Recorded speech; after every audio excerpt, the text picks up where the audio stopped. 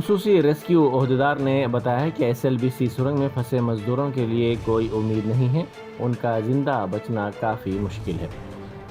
उन्होंने कहा कि अंदर गिरने वाली मिट्टी और चट्टानों को हटाने में 1 साल से ज़्यादा का वक्त लगेगा। खतरा सुरंग के अंदर छुपा रहता है, जैसे जैसे आप गहराई में जाते हैं खतरा बढ़ता जाता है।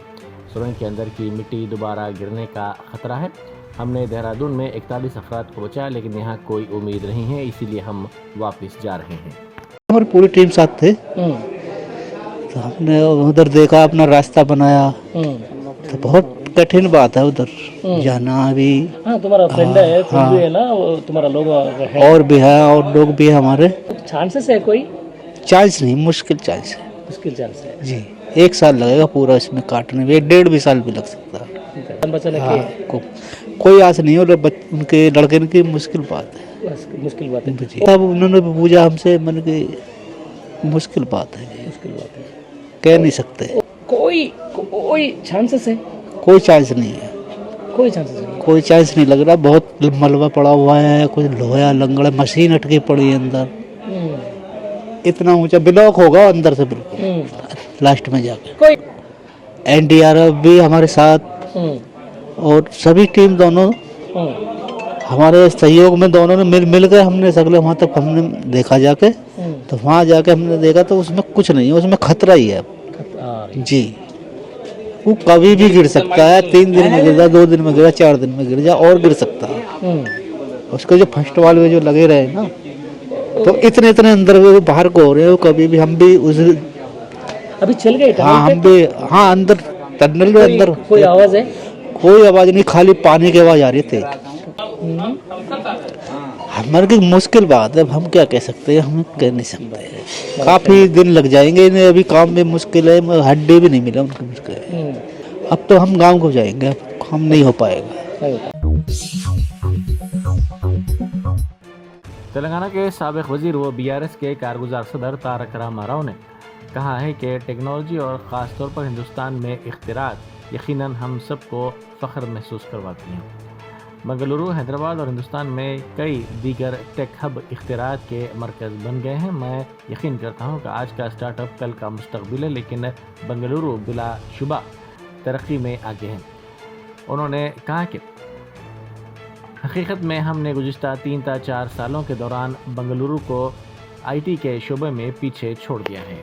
Technology and especially the innovations that have been happening in India, which certainly make us all proud. Bangalore and Hyderabad and several other tech hubs in India have become epicenters for innovation. Today I'm proud to be standing here at the Tech and Innovation Summit organized by Entrepreneur magazine, and I'm delighted that I am getting to meet some young entrepreneurs. I do believe that today's startup is tomorrow's future. So the more the merrier. The more of this that happens in India, across India, in the northern part, in the southern part, every part of India, I think the better it is for our country. पूरे India में बेंगलुरु को startup capital city कहा जाता है। Bangalore undisputedly is the leader for technology in India, followed closely by my city Hyderabad. But I'm also proud, Hyderabadi, we have actually managed to create a robust startup ecosystem in Hyderabad. In fact, we have beaten Bangalore in terms of number of job creation over the last 3-4 years. And I do believe that a healthy competition is good. And Hyderabad and Bangalore are not very far from each other. We're hardly 600 kilometers away. So it can be a nice corridor of innovation, nice corridor just like the Bay Area and San Francisco. We could create something very, very cool here in Bangalore and Hyderabad.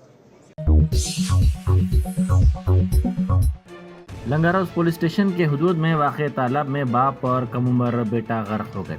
Police के मुताबिक 38 साल मोहम्मद करीम साकिन कंदिकल gate GHMC में outsourcing मुलाजिम बताए गए हैं। वो शाह हातिम तालाब के पास वाक़ हुदा पार्क के करीब दीगर साथियों के साथ पानी में सफाई का काम कर रहे थे। स्कूल को तातीलात की वजह से वो अपने बेटे 14 साल साहिल को साथ ले गए। लड़का मुकामी स्कूल में 9वीं जमात में ज़ेर तालीम था। ज़राए के मुताबिक तालाब से घास वगैरह की साफ़ सफाई के काम में बाप बेटा दीगर वर्कर्स के साथ मसरूफ़ थे। इसी दौरान बेटा भी तालाब में गया और काम में मदद कर रहा था।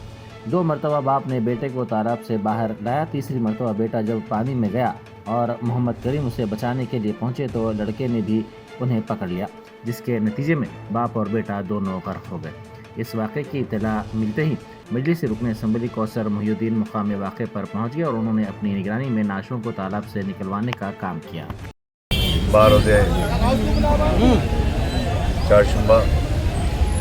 आज जो GHMC इंटोमोलॉजिस्ट की जानिब से जो लेबर काम करता है तालाब के अंदर, पिछले 2 महीने से लगातार कमिश्नर साहब से नुमाइंदगी कर रहे थे कि मच्छर की तादाद बढ़ चुकी है और उस सिलसिले में ख़ास तौर से ड्रोन से स्प्रे के लिए और FTL मशीन के ताल्लुक से मैं समझता हूँ 2 महीने के अंदर 6 से 7 मरतबा जमात की जानिब से नुमाइंदगी की गई थी और ये बताया गया था कि लेबर के ज़्यादा ड्रोन और FTL मशीन की ज़रूरत है, ताकि FTL मशीन पिछले कई सालों से शातब तालाब, लंगर हुडा पार्क और कटोरा हाउस और साथ ही साथ मूसी के अंदर भी इस मशीन के ज़रिए पिछले 5 साल से लगातार काम कर रहा था मशीन, और उसमें मशीन के ताल्लुक से नुमाइंदगी की गई थी। मगर ये 2-3 महीने से मशीन का टेंडर ना होने से रोक दिया गया था और आज जो करीम नाम करी है, जो आउटसोर्सिंग लेबर है इंटोमोलॉजी। वज़ीर आला रेवंत रेड्डी के भाई की जानिब से लैंड क्रूज गाड़ी बगैर नंबर प्लेट के चलाने की वीडियोज़ सोशल मीडिया पर तेज़ी के साथ वायरल हो रही हैं। कोडंगल हलके में रेवंत रेड्डी के भाई तिरुपति रेड्डी ये गाड़ी इस्तेमाल कर रहे हैं जिस पर कोई नंबर प्लेट नहीं है। सूडान में पेश आए खौफनाक तैयारा हादसे में 46 अफराद हलाक हो गए। सूडान में फौजी तैयारा घर पर गिरकर तबाह हो गया। इस हादसे में 46 अफराद हलाक हो गए जबकि 10 से ज़्यादा अफराद शदीद ज़ख्मी हो गए। हलाकतों में मज़ीद इजाफे का खदशा है। रियासत में यूरिया की किल्लत की वजह से किसानों को मुश्किल सूरत हाल का सामना करना पड़ रहा है। जगतिया ज़िले के कोरटला मंडल में ज़रई मरकज़ में किसान कतार में यूरिया के लिए ठहरे हुए हैं। सुबह ही से यूरिया के लिए किसानों को कतारों में देखा जा रहा है। दिल्ली में असम्बली की कार्रवाई के दौरान वज़ीर आला को सोता हुआ देखा गया। आम आदमी पार्टी ने दिल्ली की वज़ीर आला रेखा गुप्ता पर सख्त नुक्ताचीनी की और कहा कि असम्बली में बहस के दौरान वज़ीर आला सोती हुई पाई गई। आम आदमी पार्टी ने इस सिलसिले में एक वीडियो भी शेयर किया और कहा कि ये लोग दिल्ली को आगे ले जाएंगे। साबिक़ रियासती वज़ीर व BRS के कायद हरीश राव की क़यादत में आज एक टीम ने SLBC टनल का तफसीली तौर पर दौरा किया। इस मौके पर वहां पर अहदेदारों से मुलाकात करते हुए तफसीलात हासिल की गई। हरीश राव के साथ मुत्तहिदा महबूबनगर और मुत्तहिदा नरगुंडा अजला के कई कायदीन भी मौजूद थे। अपोजिशन ने इल्ज़ाम लगाया कि कांग्रेस MLC उम्मीदवार नरेंद्र रेड्डी के हामी ग्रेजुएट इंतखाबात में कामयाबी के लिए राय दहिंदों में अंधाधुन रकम तकसीम कर रहे हैं।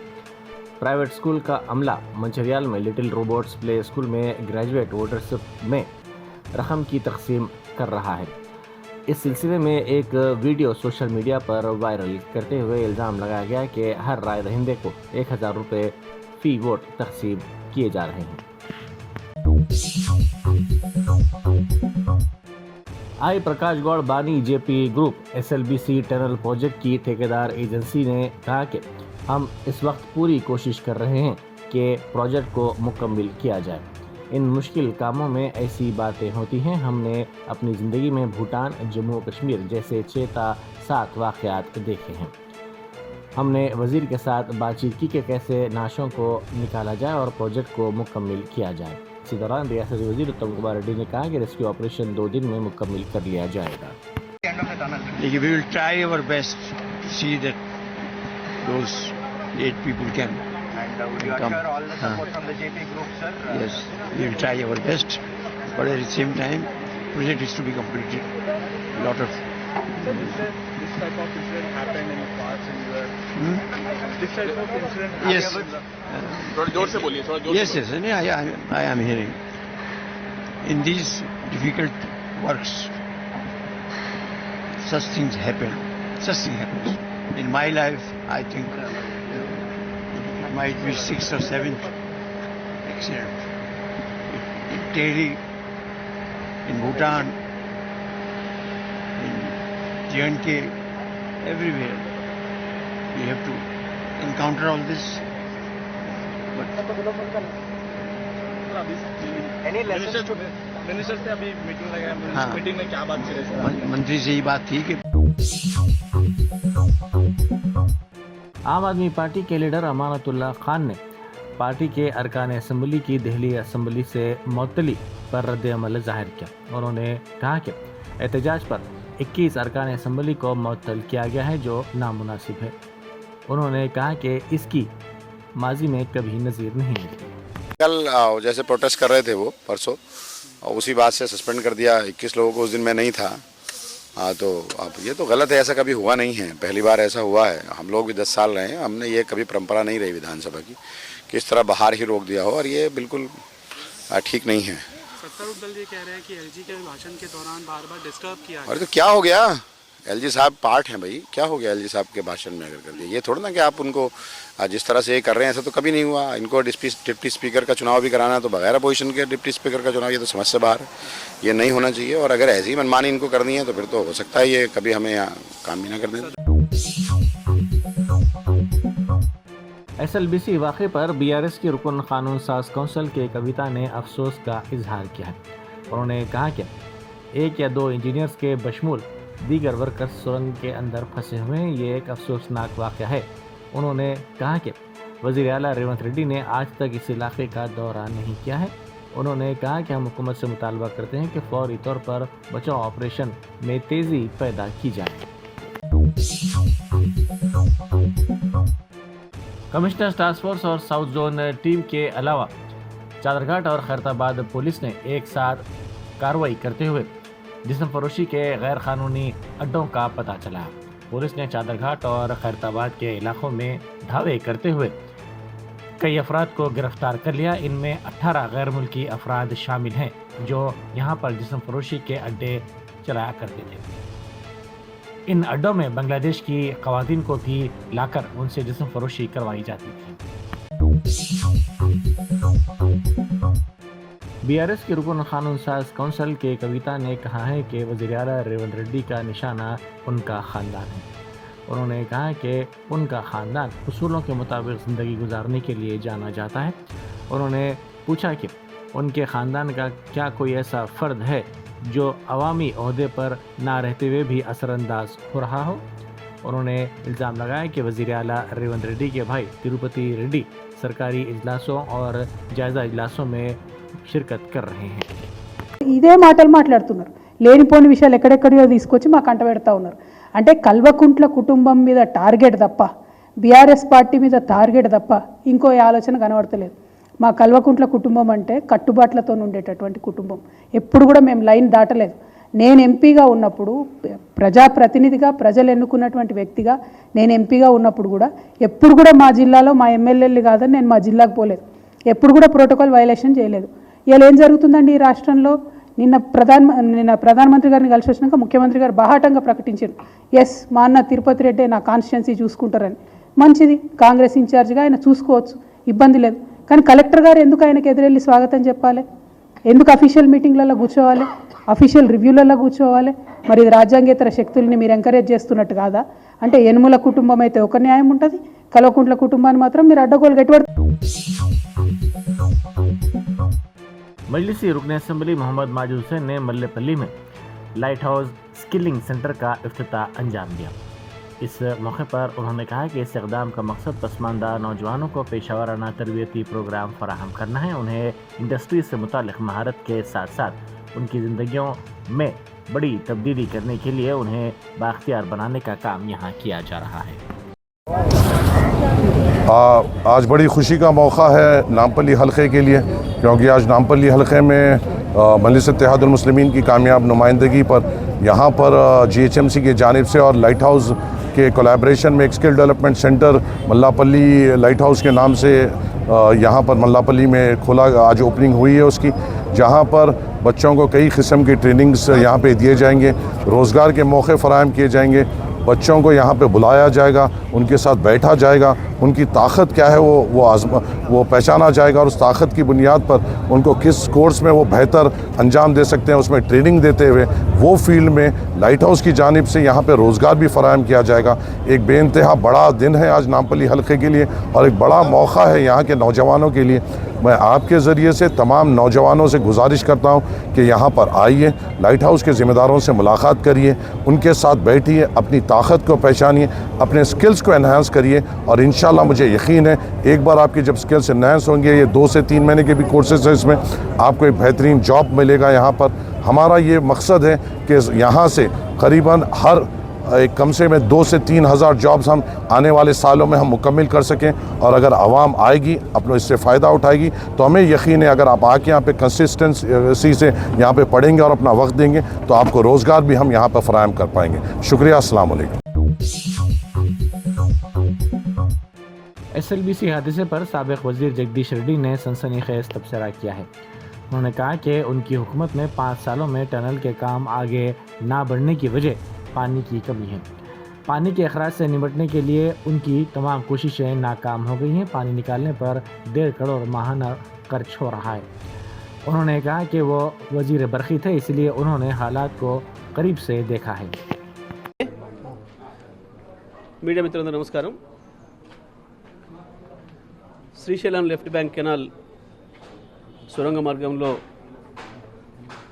జరిగిన దుర్ఘటన ఏదైతుందో దురదృష్టకరం, అత్యంత బాధాకరం। సరే, ఆ ప్రాజెక్టు పైన ఎటువంటి అనుమానాలు ఉన్నప్పటికీ మొదటి నుంచి కూడా ఎటువంటి విమర్శలు ఉన్నప్పటికీ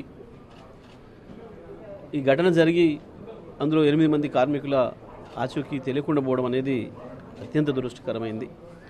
ఎందుకంటే కార్మికులు వాళ్ళు ఏ రాష్ట్రం వల్లైనా, ఏ ప్రాంతం వల్లైనా, ఏ దేశం వల్లైనా తెలంగాణ అభివృద్ధిలో భాగంగా, తెలంగాణ నిర్మాణంలో భాగంగా వచ్చి పనిచేస్తున్న వాళ్ళు కాబట్టి మరి వారందరి ప్రాణాలు కూడా ఎంతో విలువైనవి।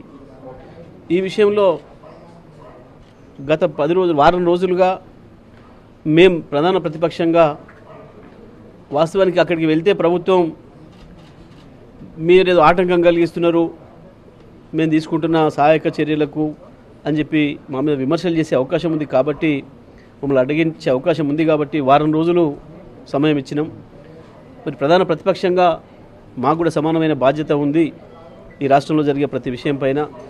కాబట్టి మేము ఈరోజు బీఆర్ఎస్ పార్టీ బృందంగా అందరం కూడా మాజీ మంత్రులు, మాజీ శాసనసభ్యులు అందరం కూడా అటు నుంచి హైదరాబాద్ నుంచి అటు హరీష్ రావు గారు, మాజీ ఇరిగేషన్ శాఖ మంత్రివర్యులు, నిరంజన్ రెడ్డి గారు, అక్కడ శ్రీనివాస్ గౌడ్ గారు, ఇక్కడ జిల్లా నుంచి నేను, మా మాజీ శాసనసభ్యులు అందరం కూడా 12 మంది అందరం కూడా శ్రీశైలం అక్కడ జరిగిన ప్రాంతానికి, సంఘటన జరిగిన ప్రాంతానికి వెళ్తున్నాం। ఎందుకంటే ప్రభుత్వం తీసుకుంటున్న సహాయక చర్యలు ఏ విధంగా ఉన్నాయి, ఎట్లా ఉన్నాయి, ఇప్పటివరకు ఏం పురోగతి ఉంది, ప్రధాన ప్రతిపక్షంగా మేము ఏం సూచనలు చేయొచ్చు ప్రభుత్వానికి, ఏ రకంగా దీంట్లోంచి బయటపడడానికి మార్గం ఉంది అనే విషయంలో మేము కూడా ఒక నిర్మాణాత్మక जर्मनटन super speciality hospital national award winner doctor Mir Jawad Jar Khan, German trained senior orthopaedic surgeon and director, माहिर डॉक्टर्स डॉक्टर वासिफ आजम और doctor Bharavi Chanduri, senior cardiologist और दीगर डॉक्टर्स नुमाया खिदमत अंजाम दे रहे हैं। Robotic surgery, advance cath lab, MRI, operation theatre, ICU, 2D ultrasound जैसी सहूलियात से आरास्ता कॉर्पोरेट लेवल हॉस्पिटल। वाजबी फीस में हर मर्ज से शिफायाबी के लिए Germanton super speciality hospital, Attapur,